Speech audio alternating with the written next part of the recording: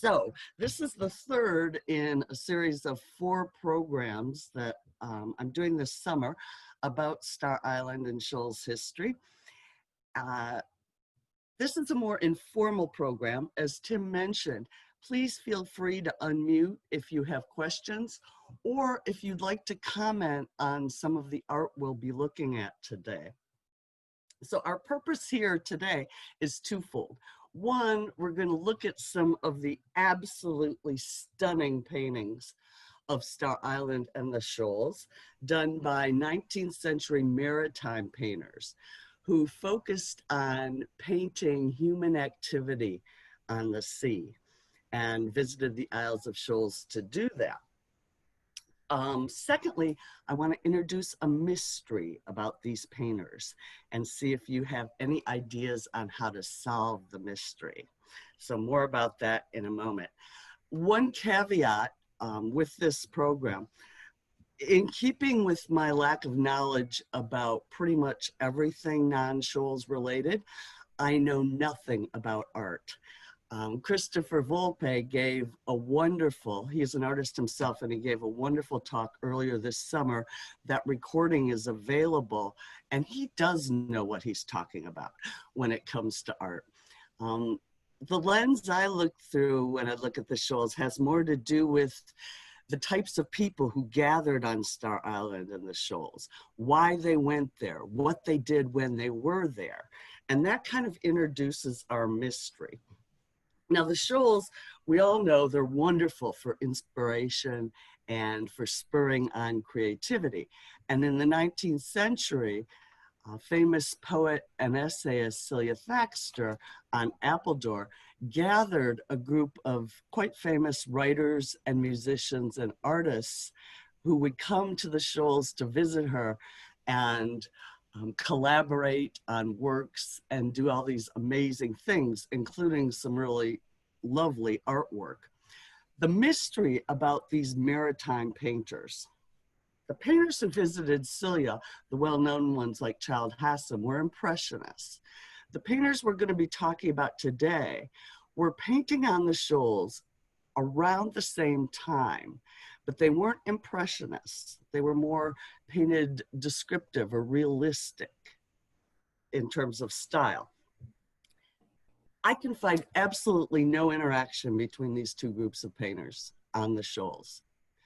No references to their having met Celia Thaxter, no references to their interacting with the impressionists who were visiting her.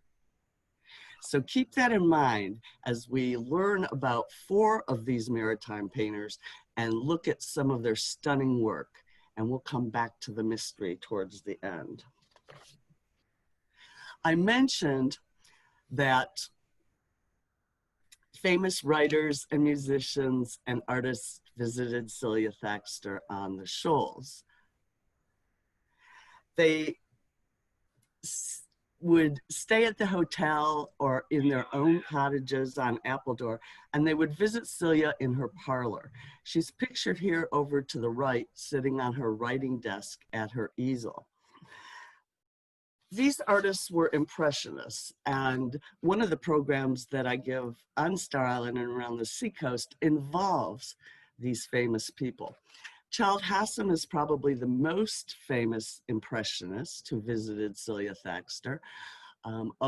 Fully a tenth of his work, over 500 paintings, were done on the Isles of Shoals, and he was quite a good friend of Celia's. John Appleton Brown from Newburyport in Boston was another frequent impressionist visitor to Celia's salon, along with Ross Sterling Turner, who was based out of Salem. Now we're going to look at some very different types of artists, maritime artists, and again, the mystery is, did they interact with the famous people at Celia's salon?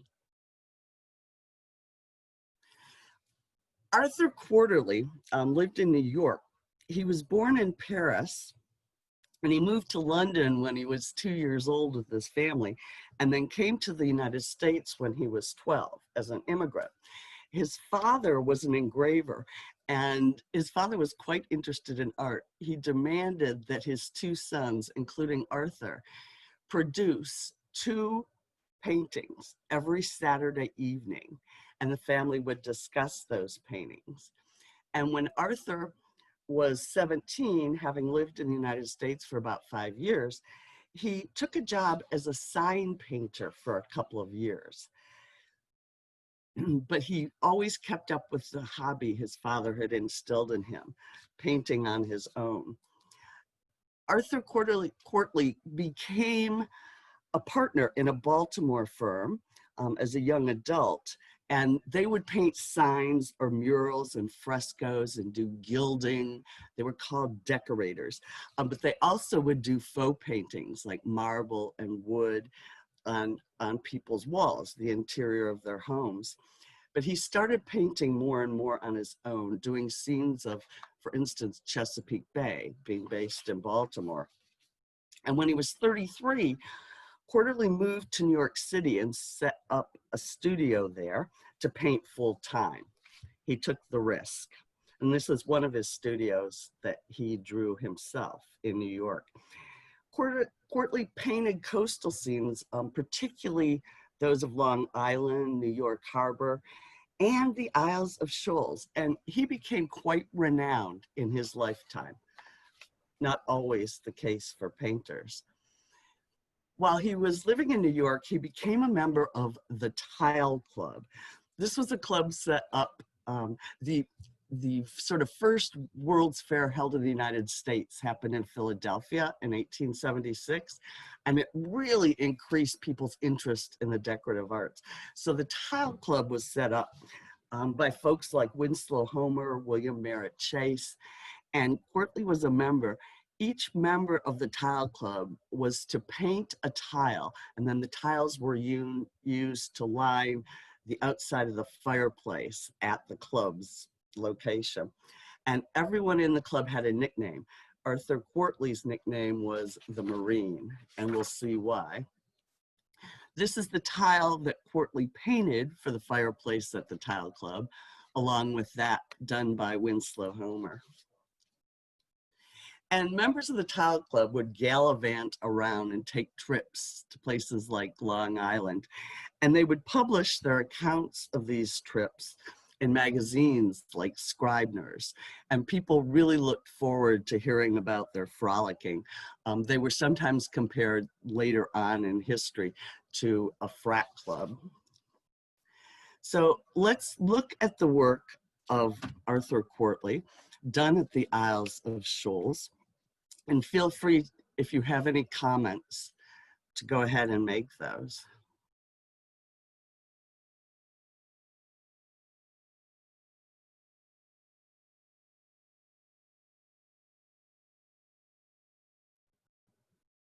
Whaleback on the left, the shoals on the right.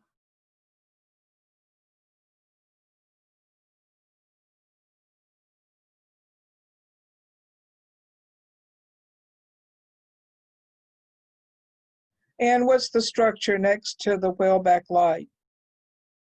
At one time, when the old lighthouse was replaced and the new lighthouse was put up, the structure of the old one wasn't removed right away. So that painting caught that period in time. Okay, thanks.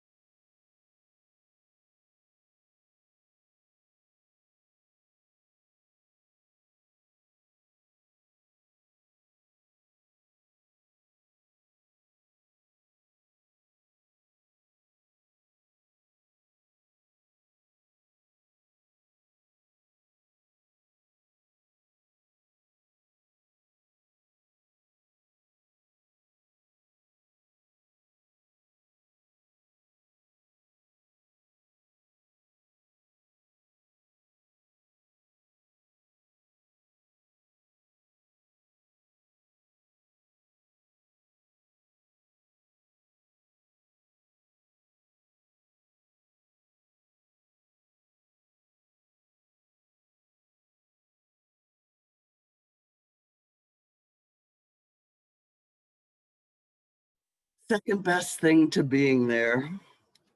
Um, Sadly, Arthur Courtly died when he was only 46 years old of affection of the liver.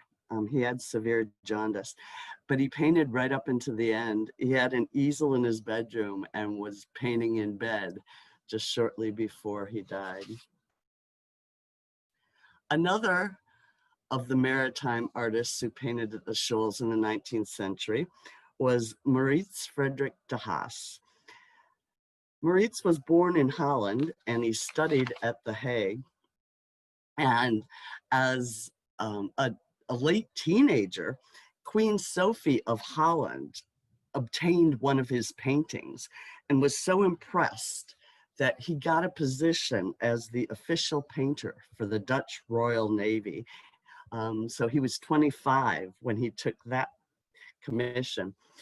When he was 27, just a couple of years later, he emigrated to New York in the late 1850s, and he was commissioned to paint battle scenes in the Civil War, most notably by Admiral Farragut. And he did Maurice did one famous painting in the mid-1860s in Mobile, Alabama, for Admiral Farragut. Farragut was the guy who said, "Damn the torpedoes, full speed ahead." And by torpedoes, he meant mines. And this is the scene that Maurice de Haas painted of that battle. He mostly painted along the New Island coast and at the Isles of Shoals. So let's look at some of Maurice de Haas's work.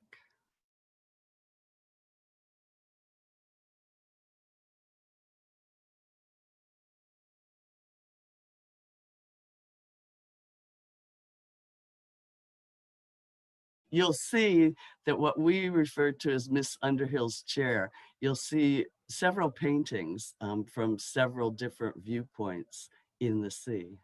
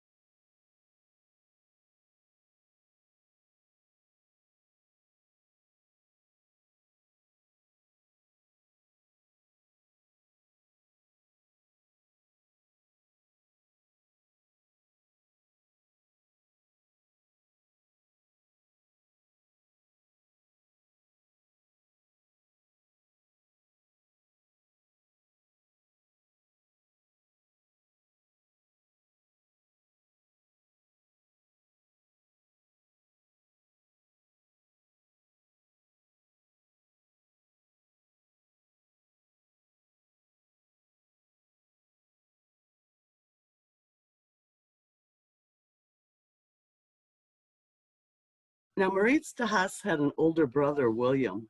He was 2 years older than Maurice. And William de Haas was also a fine maritime painter. He, as did his brother, studied at The Hague and emigrated to New York from Europe 4 years before Maurice did. William came over when he was 24. So William de Haas painted along the Maine coast, some on Long Island and Newfoundland, but also at the Isles of Shoals. So let's look at Maurice's brother, William de Haas, work at the Shoals. But before we do that, I'll mention that both William de Haas and his brother Maurice set up studios in New York at the legendary 10th Street Studio Building. Pictured here, it was built in the mid-1850s.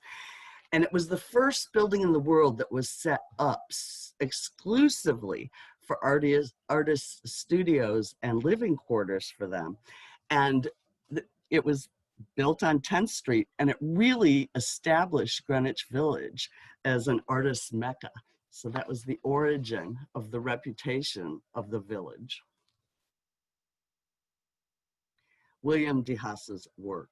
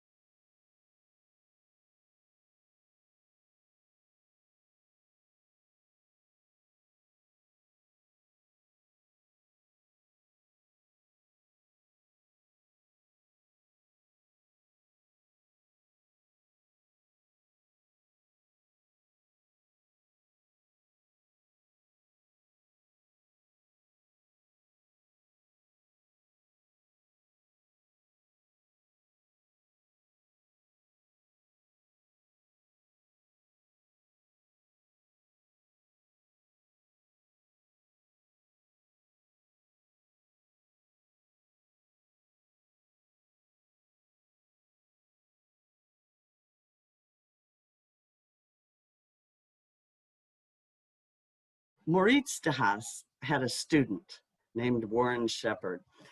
He was born in New Jersey, and his dad was captain of a lumber ship who would take a young Warren out to sea, and he instilled a love of the ocean in his son Warren. So Warren studied privately with Maurice de Haas, and Warren Shepherd sort of sailed and painted along the East Coast from New Jersey, where he was based, to Maine.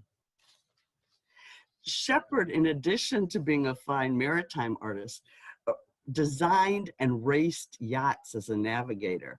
And he's pictured here on the Tamberlane. He and the rest of his crew won the first Newport to Bermuda race in this boat. So he was quite an interesting fellow.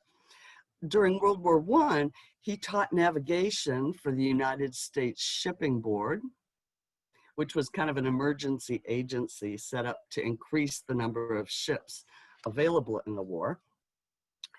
So Shepherd taught there, and he also wrote a book called Practical Navigation that was used as a standard textbook for the United States Navy. Some of Shepherd's work at the Isles of Shoals.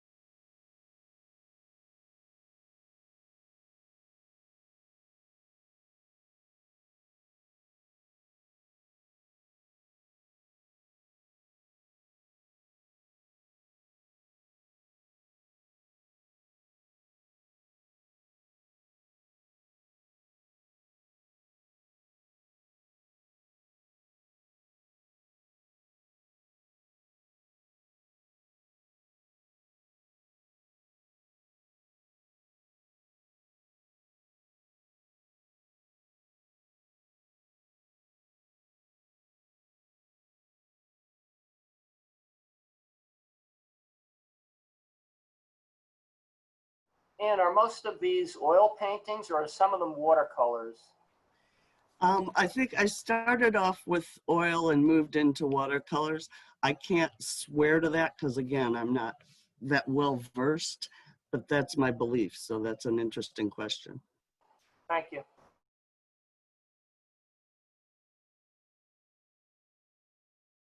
Now, this is, I believe, an oil painting that is in the collection of the Star Island Corporation, done by Warren Shepherd, a donation.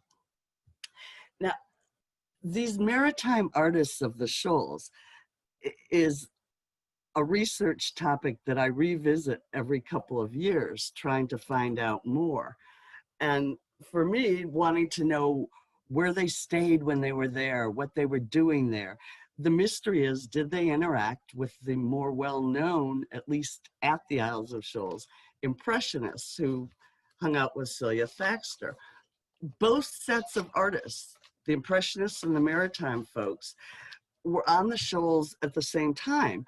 The maritime artists started going out in the mid-1870s through the 1890s, and the impressionists just a little bit later. So they overlapped for a couple of decades. And each group, the impressionists and the maritime artists, individuals belonged to the same art societies. but I can find absolutely no evidence that any of them interacted between the two groups. There are a few. Well, we're looking at evidence right now. This is Shepard, who did mostly realist work, and this is impressionistic.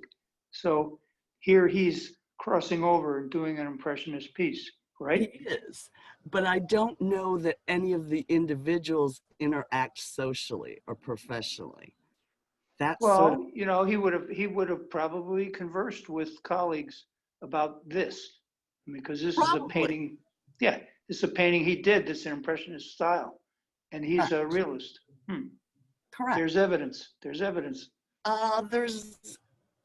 I would like some solid evidence that, say, Child Hassam chatted with Warren Shepard, or Warren Shepard stopped and said hello to Celia Thaxter one afternoon. That's the kind of thing that I'm looking for, the social aspect of it, rather than the sort of professional stylistic aspect. Check out the archives of the Cape Ann Museum. They may have something like that in That there. could be interesting to look at. Yeah. There are some contemporary writers, folks writing today, who say, well, of course, these maritime artists visited. They were at the Shoals. They would have, but they don't cite a source. And when you're doing historical research, you're looking for a primary source. You're looking for evidence at that time. And remember, this was the later 19th century. These people were writing letters back and forth all the time saying who they visited with. I can't find any reference from any impressionists talking to maritime artists or vice versa. Did any of them keep diaries that you found or Yep. able to read? And published memoirs, Yeah. no mention. Huh. The other thing is newspapers at this time reported who were visiting the grand resort places. So the Washington Post, the New York Times would report who visited the Isles of Shoals, and I can't find any mentions there. So if any of you ever come across any evidence, I'm sure we would love to hear it. I know I would. What could be some reasons for lack of interaction? Possibly Impressionism had just started to gain popularity in the United States. And as you've all mentioned, Warren Shepard seemed to sort of move or shift into doing some of that style of work. But Impressionism was sometimes scoffed at. So it could be that the more traditional established maritime painters weren't as interested in Impressionism. It could also be there was a big rivalry going on in the late 19th century between New York and Boston, both a literary rivalry and an artistic rivalry. And so that could have contributed to the problem because, as I mentioned, Hassam got around to both Boston and New York, but J. Appleton Brown, Ross Sterling Turner, the famous Impressionists, lived in or near Boston, while most of the established maritime painters lived in New York. So if you find out anything, let me know. I hope you enjoyed looking at these absolutely stunning pieces of art. We're fortunate that both sets of artists found inspiration at Star Island in the Isles of Shoals and left their legacy for us to marvel at. Yet one more example of the way Star Island and the Isles of Shoals remain eternal. Ann, Yes. I have a question. I'm sort of an expert on Winslow Homer. Okay. And I know he sailed out to Appledore in around 1875. His younger brother Arthur was on his honeymoon out there. If you ever hear anything of him interacting out there, I'd love to know about it. I know he was there. Of course, he was a great marine painter. I don't think he ever painted there, but he went. So yes, I've never heard thank any. you. If I do, I will be sure and get in touch with you, Lee. I have not heard any evidence, or I'm not aware of any evidence of him setting foot on the Shoals. And it doesn't mean that he didn't, along with some of the writers that people claim. Thank you. Just because we haven't found evidence doesn't mean they weren't there. It means if they were, the evidence is lost to time or remains yet to be discovered. And have you looked at the hotel registers? Yes. Many of the hotel registers were burned in the Appledore House fire because by that time the Laytons had taken over both the Oceanic and Appledore. But in the remaining, the ledgers that are left, I've looked through. That's a great idea, but I haven't seen anything. Thank you. The rough sea pictures seem to be mostly of Star, rather than nothing mentioned about Appledore, or they were just identified as Isle Shoals that were rough. Is there a difference in terms of the beachfront or whatever? Does Appledore get less waves? That's quite an interesting point to bring up. Or were they The just in different places? Most of the scenes that the Impressionist artists who visited Celia Thaxter on Appledore painted were of Appledore. And I think that's because, I think Child Hassam did one painting from Star Island that I know of. That's because when the watercolorists, the Impressionists, would go out to paint, they would take their easel and their paintings and they would go sit on the rocks and set up there and paint scenes of the island on which they were staying. The maritime painters, though, would go out in boats because they painted from the vantage point of the sea. So you saw far more paintings of Star Island, White Island, coming from the maritime group of painters. That's a really interesting point to bring up. Thanks.